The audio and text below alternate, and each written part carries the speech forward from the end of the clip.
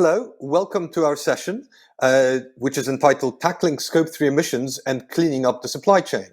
And this is going to be a discussion about the importance of thinking about emissions throughout the supply chain and the value chain of companies, as opposed to just the emissions that the companies themselves emit in their narrowly construed operations.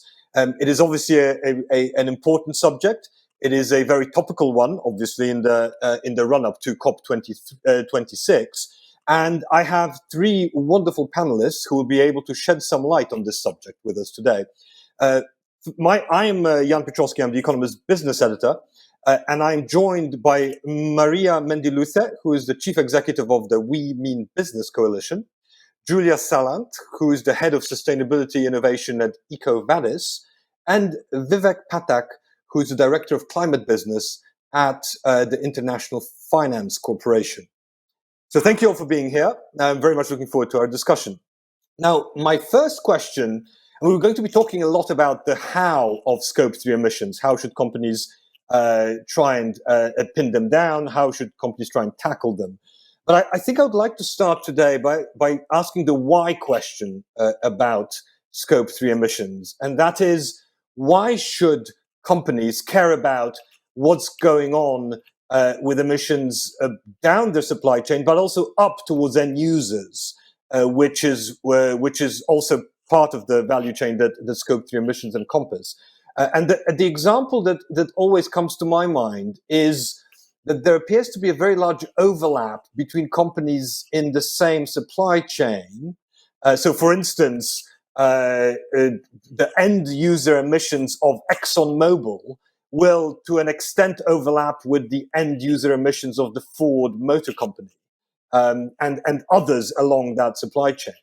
So that's one question, which is about disentangling Scope 3 emissions and the difficulty of doing that and thinking about it. And the second sort of more philosophical why question is that why should companies be responsible for what their end users, and sometimes there's a very distant end users, do when they engage in economic activity.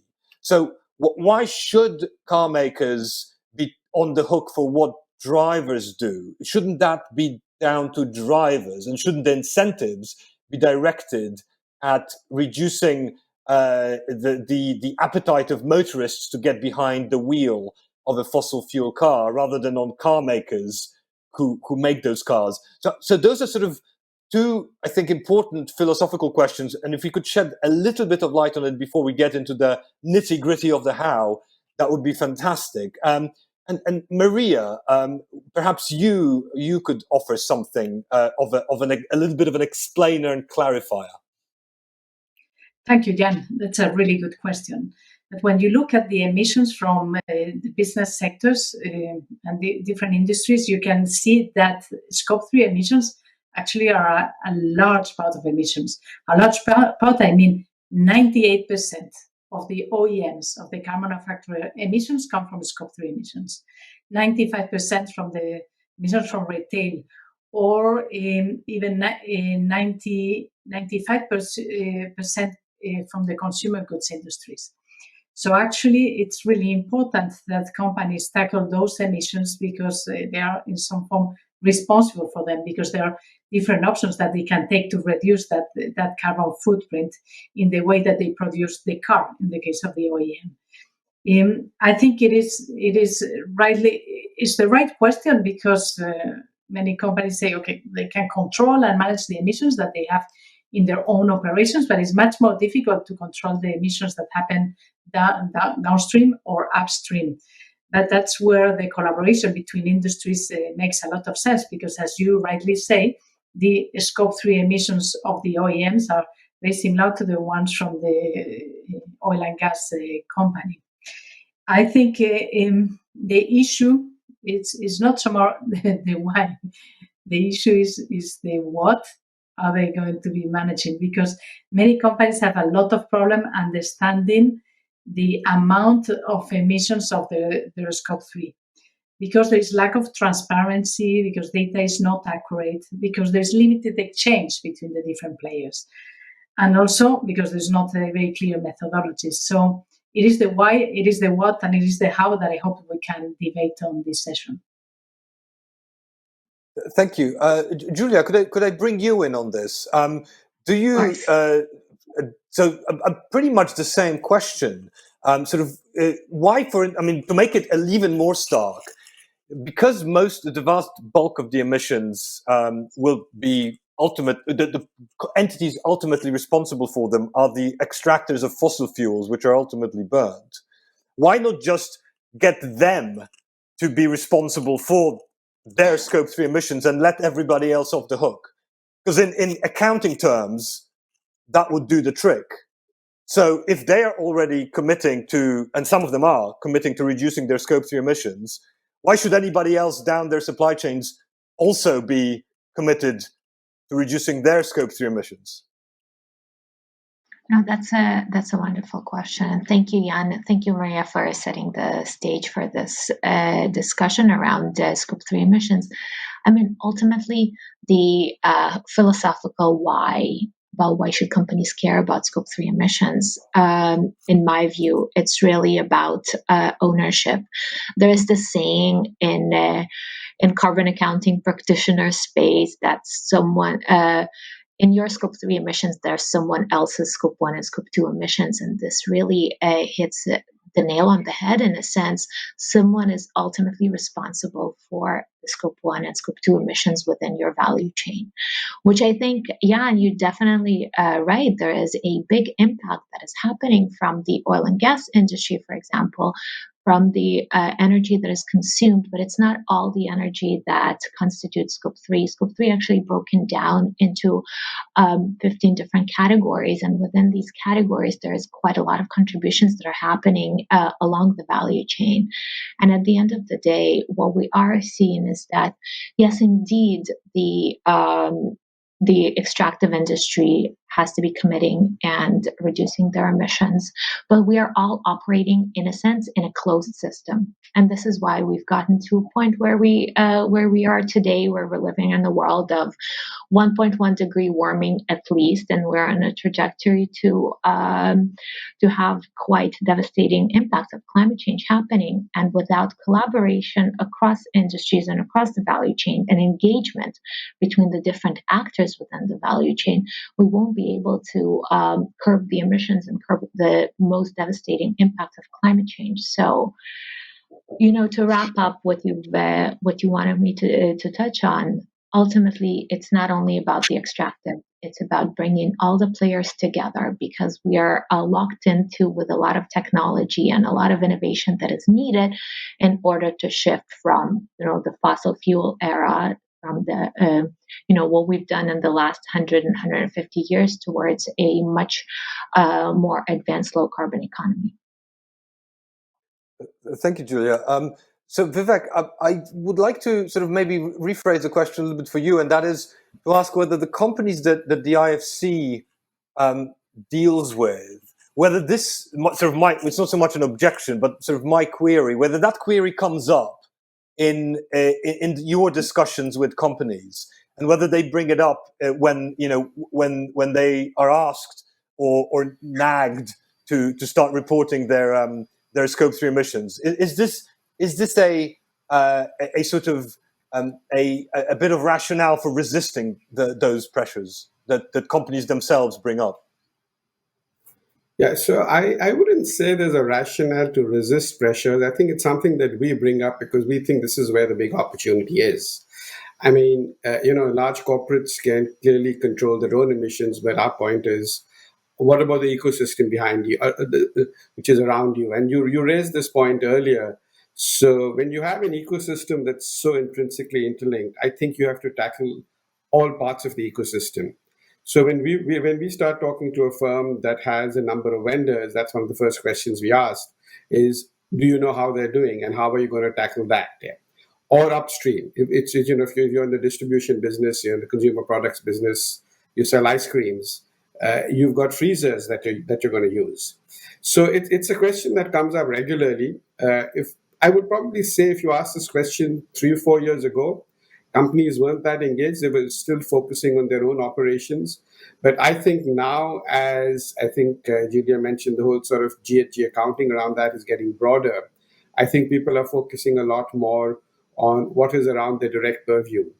And I think we have seen companies that have taken the initiative, a number of large firms, multinationals, that have declared that they want to go beyond their direct emissions, start talking to the vendors, start talking to the distributors, and the opportunities exist there. The other point I wanted to make is that you cannot just go to the source of the emissions because you've got a whole ecosystem that's built around them. You've got what I would call carbon capture, you've got carbon lock-in. When someone goes and buys a car for $20,000 in emerging markets, how are you going to tell them to move away from that? So I think you need the whole ecosystem to work towards it. And the solutions lie beyond just what we're talking about. The solutions, I would argue, also would lie in things like mass public transport systems. So you really need to have a far more comprehensive approach around it. So that sort of maybe goes some way towards answering my philosophical question, but let's move away from that and get into a little bit more sort of on the practical level. Maria, I would like to get a sense of the sort of tools that maybe the companies have available to them to try and understand what their Scope 3 emissions might actually be. It's quite straightforward to try and analyze Scope 1 and Scope 2, which, for the uninitiated in our audience, is basically the emissions that emerge from the direct operations of a company, either because they themselves are burning fuel or because they're buying electricity from utilities to power their plants. So how do companies even start to think about all the emissions that might be embedded in the future use of their products, for instance? And how do they delineate that from the sort of end emissions that are not attributable to them specifically? Thank you. So I think a company's Scope 3 emissions has two main parts. The first one is the most energy-intensive products that they buy, the how to abate. And this probably is like 60%, well, it depends on the industry, 50, 60, 70%. And this is cement that they use for the buildings, steel, aluminium, chemicals, aviation, shipping, and trucking.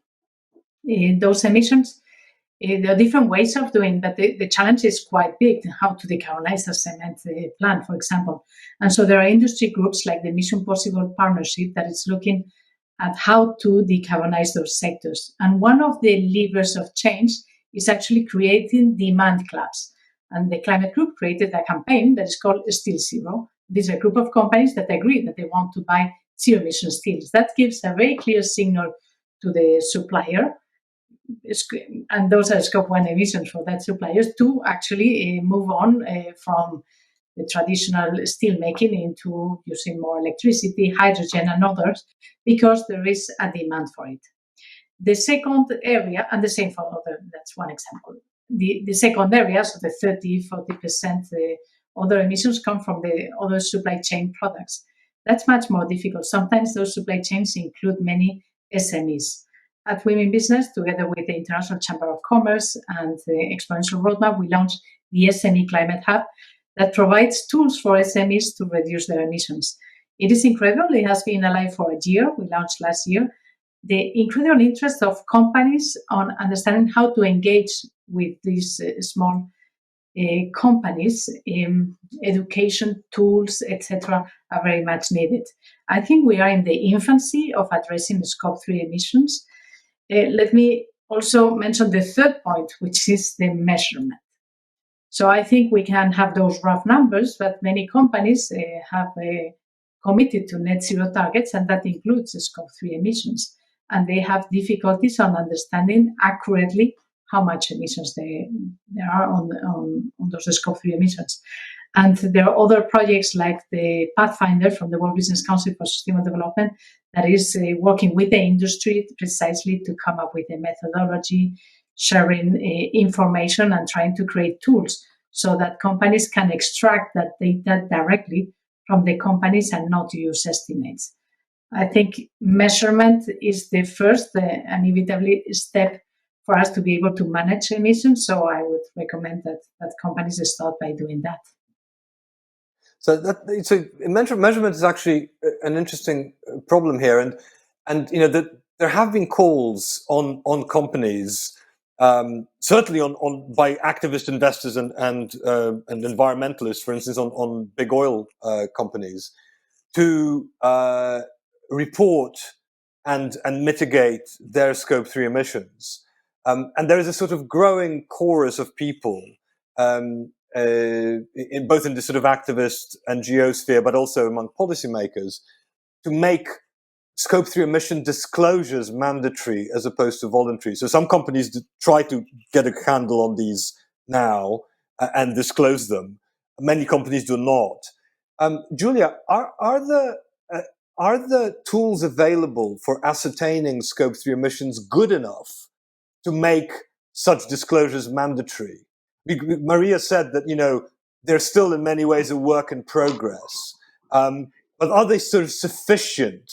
Are they sufficiently advanced to be able to justify mandatory disclosures by companies? Or does more work need to be done to actually make that plausible? Thank you, Jan. Indeed, there is quite a lot of work that still needs to be done, as Maria pointed out. We are getting started on, we're scratching the surface ultimately on the Scope 3 emissions, especially with SMEs. And, imagine a supply chain of a Fortune 500 company with thousands, sometimes tens of thousands suppliers. And then the vast majority of these cases, these suppliers are SMEs. So today, just so you know, the Fortune 500 companies, in a vast majority, I'm generalizing, but they've been looking at their Scope 3 for quite a while, for a number of years now. They've developed models that they're able to kind of estimate and predict their Scope 3 emissions. That said, there is right now a big push towards moving from industry averages, from the models that have been discovered, towards primary data. And getting to this primary data, you need to engage suppliers. And indeed, there is a need to provide any types of tools that are calibrated to the maturity level of the suppliers in order to be able to start their decarbonization journey where they are. Indeed, the SME Climate Hub is an amazing example of an initiative that brings together SMEs that helps them get started. But I would also say that this is the first step towards continuously engaging suppliers, because once you get to the first primary data-based, disclosure from your SMEs, you'd want to start tracking it over time. You'd want to start showing decrease over time. And that really requires this ecosystem approach, scalable engagement with suppliers on this topic, on setting targets, looking at progress towards targets, and really looking at the data that they're showing to continue engaging and calibrating the strategy based on that. Jan, I know you wanted to talk about the tools. I think the tools are still really work in progress. We have quite a lot of methodological aspects that need to be figured out between the players within the value chain in order to attribute emissions in a way that is transparent and accountable. We have the technological piece that in a sense, it's going to play an important role of exchanging emissions and making sure that it's traceable along the value chain. But another element on methodology and really goodwill of industries that are coming together is a really important piece that is really, I think we've made the most progress on this over the last 18 to 24 months that we've done in decades before. And this is really, really encouraging to see that industries are coming together, that there are buying clubs, that there are SME Climate Hub, and there's quite a lot of momentum that is building on this. And not to leave the investors out of this debate, because really there is a demand both from the industry itself and from the investors to get data that is comparable, that is transparent, and that is really that creates this accountability along the value chain. So I will now be the annoying journalist and ask you to actually answer my question, which was, do you think that the tools are evolved enough to make Scope 3 emissions mandatory, or whether, they still aren't, and that making them mandatory would be, would not be the right solution at the moment? I think no, I don't think we're there yet to make it mandatory. I think we're still struggling with making Scope 1 and Scope 2 mandatory globally. So really, we need to crawl before we're running here, and I think there's actually quite a lot of progress on Scope 1 and Scope 2. So I would imagine that Scope 3 will follow suit in the following years. Maria, I think. Thank you. That's it's great. I mean, it's great to have a straight answer. Vivek, for the when the IFC again engages with its creditors, does it place any requirements on disclosures? Is there sort of does the IFC have a policy on emissions disclosures, Scope 1, 2, or 3, and what are the sort of plans for that? Yeah, so what we have right now is disclosures on direct emissions. So you have to remember that we work entirely in emerging markets. We're not really dealing with the large, sophisticated multinationals. We're working with local entrepreneurs. So what we have is that they have to disclose their direct emissions. But we do recognize that if you want to get to the 1.5 degree, you need to tackle the entire ecosystem. So what we are very keen to do is actually, how do you engage with the SMEs in a country? How do you engage with the tier 2, tier 3 suppliers to the larger companies and some of our clients? And that's really not an easy task here. So that's something we are very keen to engage in, and we would like to get there. Are we there yet? No. But I do hope we'll get there, because we need to remember that if you're not able to tackle the SMEs and the smaller vendors and the smaller suppliers in any country, we are not going to be able to achieve decarbonization, because these people, first and foremost, they're a large part of the economy. Second is they don't have the technology or the capital, so they need the most help. So what I'm trying to get at actually is, I think maybe our focus is wrong right now. We should try and focus a lot more on the SMEs, because they need the capital, they need the technology. And if we can get them to get back on the right path, I think, then the entire ecosystem, tackling emissions is going to be a lot easier, I think. Yeah. So what is the biggest, actually, I'd like to follow up on that, because what is the biggest obstacle for the sort of SMEs that the IFC deals with to actually, understanding their carbon footprints across the value chain?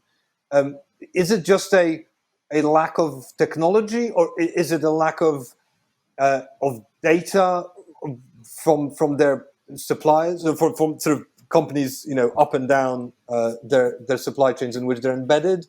Is it something else? What are they asking you? If you come to them and say, we would like you to have a go at understanding your carbon footprints, they say, well, sure, we would love to, but. So what are the buts? What are the obstacles that they bring up? I think the first thing is, I don't think they're measuring their carbon footprint today, the SMEs, by and large. Yeah. So that's one. So how do we get them to measure the carbon footprint? The second thing is, there are a lot of tools out there that people have come and talked to us about, which are relatively well priced, cheap to try and measure that. Okay, so now that you've got your carbon footprint, the SME will say, so what do you want me to do with this? And then the second thing is, there are ways that you can reduce your carbon footprint. Okay, this is great. Give me the technology. Okay, I've given you the technology. Now I need the money to do that. Yeah. So I think it's also an education process. And I am a big believer, Jan, in these things should be done because they make good business sense. So I think the most important thing is to demonstrate to the SMEs that if you focus in some of these areas, you're going to do two things. One is you're going to hopefully make a lot more money, or at least a little more money, because this in the medium term makes good business sense. In the short term, you may require additional investments, but in the medium to long term, I'm a big believer that it has to make good business sense. Second, a very important thing that we have to educate suppliers is, as the larger firms are starting to green or decarbonize their supply chains, they would rather work with suppliers who also started in the same process. So if you as a supplier are not going to decarbonize your supply chain, the probability of you getting left out of global value chains is going to increase with time, I think. Yeah. So it's a matter of educating them, providing them with capital and the technology. And that's how I think it's going to happen. So Maria, could I come back to you and ask you about basically a similar question, but with respect to larger companies? Obviously, small companies have their own problems in trying to understand their environmental footprints, and large companies have their problems, but they also have greater resources. So, what are the biggest sort of stumbling blocks that still exist for companies with resources and with the will, right? I mean, because you will have plenty of companies which realize that they need to be doing something.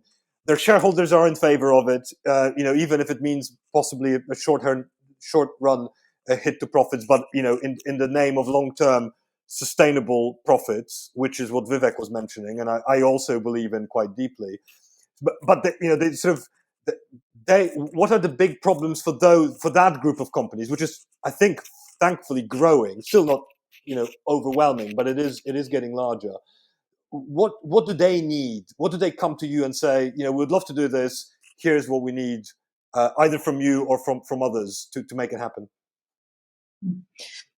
Thank you. Well, I think, I think large companies, as said before, the Scope 3 emissions is a large part of the carbon footprint. There are a few initiatives, voluntary initiatives, that leading companies on climate have committed to. One of them is the Business Ambition to 1.5, which now will probably merge into the Science Based Targets Initiative, which is also going to be validating targets around the 1.5. Within that methodology, they ask companies to report their scope, to have targets on their Scope 3 emissions up to 65% of their Scope 3 emissions when they are material. And in the future, towards 2050, they would expect that company covers 95% of their Scope 3 emissions. So this is voluntary, but clearly any company that want to lead in the climate space, they need to be able to address these challenges, these very ambitious targets. Companies, I think, the biggest challenge, as I mentioned before, is that data is not very accurate. They have a lot of suppliers, 1,000, 20,000, 30,000, 100,000 suppliers. And so they need to create mechanisms to work with them, to raise capacity, and to develop some reporting frameworks that can work for small companies that don't have the resources, nor the knowledge, but that are able to input this within their daily interactions with the companies. And so companies are looking not to invest alone on resolving the Scope 3 emissions, but together invest with others in trying to resolve those emissions, because that supply chain is shared across industries and between industries. Capacity building is very important, both for the company itself and also for the SMEs. I participated in the last year in 3 or 4 meetings where the company is engaging with their procurement teams and also with the suppliers to raise that capacity. And as Julia and Vivek have said, we are starting.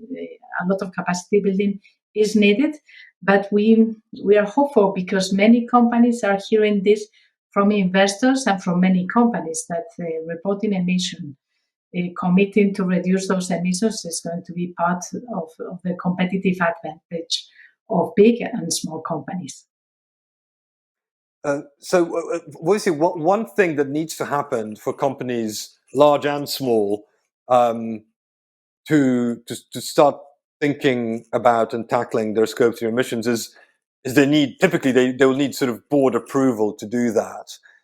Julia, what are the ways to try and convince boards that this is important? Because, I mean, as we've already said, it can mean a short-run investment, which will hurt earnings immediately without an obvious payout, a likely but not certain payout in the future. So how do I mean, first of all, has the attitude of boards changed? I think the short answer is probably that it has. But the second question is how do you convince those boards which are still not on board, as it were, to take this seriously and to take that step? Yeah, and this is an extremely complex question. And, historically, ESG issues were seen as not pertinent to the board. They were kind of extracurriculars, and the issues that were dealt with internally. But we are seeing that the tables are starting to turn, and BlackRock is a perfect example for that. That they're expecting boards to shape and monitor management's approach to climate change and to climate change mitigation. And this is really and climate risk. So we're starting to see that there is there's starting the shift, the tides are turning, and we're starting to see change happening. The main challenge is that I think until there is a clear regulatory signal and a demand for disclosure, and until the ESG factors in general and GHG emissions specifically are not mandated to be disclosed and to be part of material impacts of the organization, then by the SEC and by other frameworks, then we won't be able to get the board to really act and get involved in it. Now, there is also an element of climate expertise on boards generally, and I think this is something, since the topic is becoming a little bit more important and a little bit higher priority for organizations. I think this is going to change quite soon as well. But really, increasing the board diversity in general and climate expertise can really help emphasize the thinking beyond quarterly reporting and potentially quarterly reporting of GHG emissions, which SEC is starting to consider for the end of 2021. Oh, so for the SEC, but that's presumably not Scope 3 GHG emissions, because as you said, I mean that's just sort of seems to be impractical in the short run. So would it be Scope 1 and 2? Yeah. The consideration is yes for Scope 1 and Scope 2. Let's see where we land on that, but I think it's an encouraging signal that there is a move in the right direction for this. That's interesting. I mean, I always, before I became business editor at The Economist, I was actually the environment correspondent, and I did a long, big look, one of my last pieces on the environment beat, at how little attention companies were paying to the climate risk side of the equation, as opposed to the regulatory risk side of the equation. So, you've got the three main ones: is the physical, the regulatory, and the legal. You're being sued for your carbon emissions, which is happening in some places around the world. And it's sort of the regulatory sort of, it could be quite large, but there just seems to be very little appetite for any really biting regulations like a proper carbon tax, which The Economist has been advocating for years. So there seems to be very little appetite for like a strong regulatory move. There seems to be a lot more talk about sort of trying to get things to be done bottom up and collaboratively, and so it's sort of and that's where the Scope 3 emissions discussion really comes in, and it seems to me that until as you say, until there's a clear regulatory signal, it is quite understandable that boards would not treat it all that seriously. What really astonished me in my reporting for that piece was how little attention they pay to climate risks, which are clear and present. So they do actually affect. They are certain because the climate has changed, and it is clear with every passing year that big risks. The companies are being clobbered by extreme weather events, which are becoming likelier as a result of climate change, and yet they're not even doing anything about that. So how on earth can you hope for companies to do something about something which is sort of even further removed from their bottom line if they can't be that bothered to do something about something which is very, very clearly affecting their bottom lines in the here and now. That's the sort of, I suppose, the big question and worry that I have. And I was wondering, Julia, since you brought it up, I was wondering whether you have any sort of thoughts about how to make that, to try to close that gap between the reality of climate change and the sort of the relative disregard still of it for on many companies. I realize it's a broad question, but I think it's a critical one. Indeed. I think that things are changing actually faster than we would imagine, just with the last week's announcement of, nearly half of all the money in the planet, investors demanding a swift government action on climate change. But this is really coming from investors, and I think that will really help supplement what signal the governments can give to the boards. But at the end of the day, we're way beyond the point where we can say, well, the regulators will give that signal. No, the investors will give that signal. No, the industry needs to get its act together. It's about, I think it's more about, we really need to work together, investors, governments, and industry, in order to fight climate change. And the climate risk, I think, this year has been really sobering in terms of climate change impacts and the experiences that we've had with adverse climate events. So I'm actually anticipating this to start trickling down into the board's agenda more and more. And I'm hopeful to see towards the end of this year, probably maybe beginning of next year, a little bit more on this.